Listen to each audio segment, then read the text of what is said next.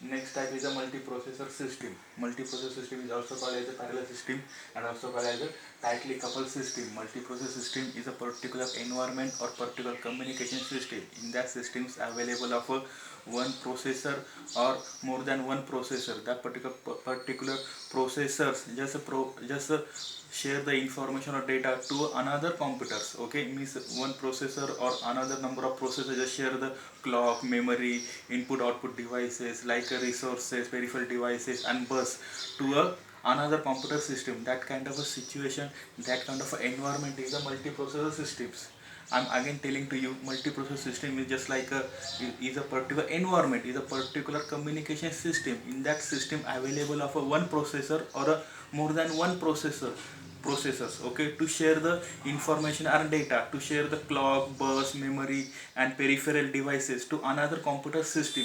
That kind of a situation is that kind of condition is that kind of process is a multiprocessor system. In that multiprocessor system also possible is a multi-programming, multitasking, that kind of things are available in that system. Now here is just a block diagram of multiprocessor system. Now here is the CPU1, CPU2, then CPU1 just share the input output processor, CPU2 just share the input output processor, then CPU1 just share the input unit, CPU2 just share the input unit through a main memory. This is exactly a diagram of multiprocessor system. Now multiprocessor systems have two types. First one is a asymmetric multiprocessing and second one is a symmetric multiprocessing. Now first one is a asymmetric multiprocessing means what?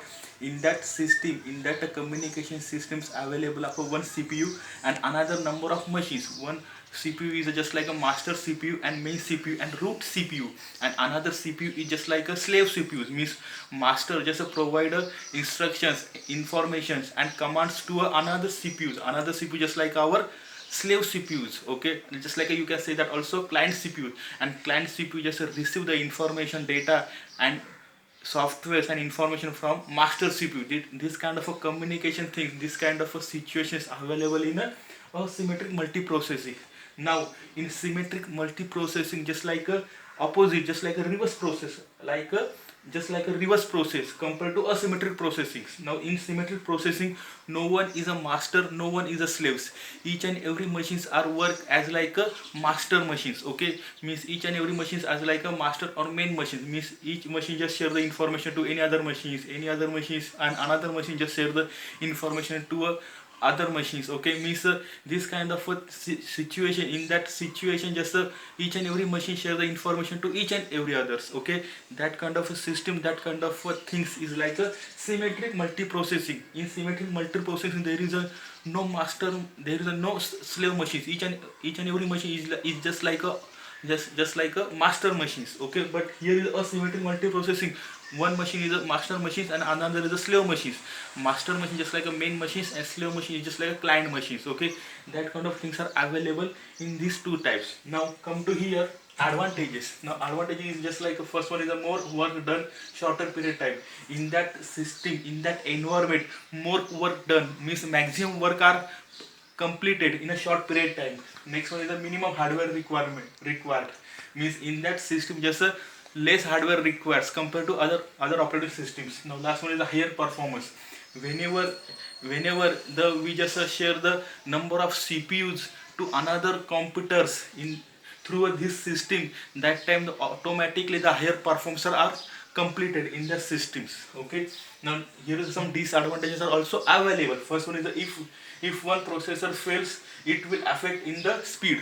Suppose just assume we just use the number of CPUs to share the information, share the clock, bus and memory to another machines or another CPUs. That time just is quite possible that one particular CPU, one particular processor are failed. That time that particular things are just affected on the speed. Okay, now next one is expensive. It's quite possible this whenever we just launch, we just create this particular system. That time we just require a number of machines, number of CPUs. Okay, number of hardware devices, number of peripheral devices, then automatically costing is high. So that's why this is a expensive things. Okay, compared to other operating system types. Now Next disadvantage is a complicated. This kind of a system is a complicated and complex compared to other system. Also you can say that this type of a system is just like a sophisticated compared to other systems. Okay, and last one is the large memory required.